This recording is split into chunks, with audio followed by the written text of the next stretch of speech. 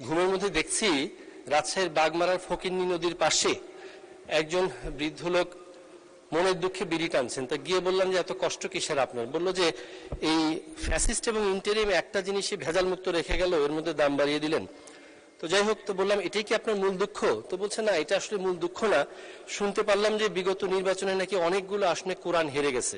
নাউযুবিল্লাহি মিন যালিক। আল্লাহ সুবহানাহু ওয়া তাআলা বলছেন আউযুবিল্লাহি মিনাশ শাইতানির রাজিম, বিসমিল্লাহির রহমানির রহিম, ইন্না নাহনু নাযালনা যিকরা, নিশ্চয় আমরা এই কোরআনকে অবতীর্ণ করেছি, ওয়া ইন্না লাহু লাহাফিজুন, এবং আমরা এটার হেফাজতকারী। সে অবস্থায় কোরআন তো হাঁটতেই পারে না। মনের দুঃখে ফকিন্নি নদীতে ঝাঁপ দিয়ে উঠে দেখি ঝগড়ার চর। দম্পতি ঝগড়া করছেন। তা গিয়ে বললাম, মা কি নিয়ে এত ঝগড়া? সংসারে অনেক টানাপোড়ন, কি করি, নুন আনতে পান্তা ফুরায়।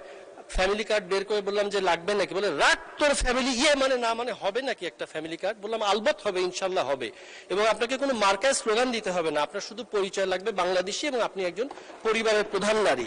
তো সেই অবস্থা থেকে ভদ্রলোক এসে পিঠ চাপড়ে দিচ্ছেন, পিঠ চাপড়ে বলছেন। তো উঠে দেখি যে আসলেই কেউ পিঠ চাপড়াচ্ছে, আসলে আমার প্রিয়তমা স্ত্রী মৌলভীবাজারের মেয়েটি আলতো করে পিঠ চাপড়ে বলছেন, আর ঘুমের মধ্যে বাজেট বক্তৃতা দিতে হবে না, আমার জন্য কি আছে বাজেটে তাই শুনি। তো বললাম অবশ্যই আছে, ওই যে প্রদেয় করের থেকে উৎসে কর অগ্রিম কর বেশি কাটা হয়, এটা ফেরত পাবেন।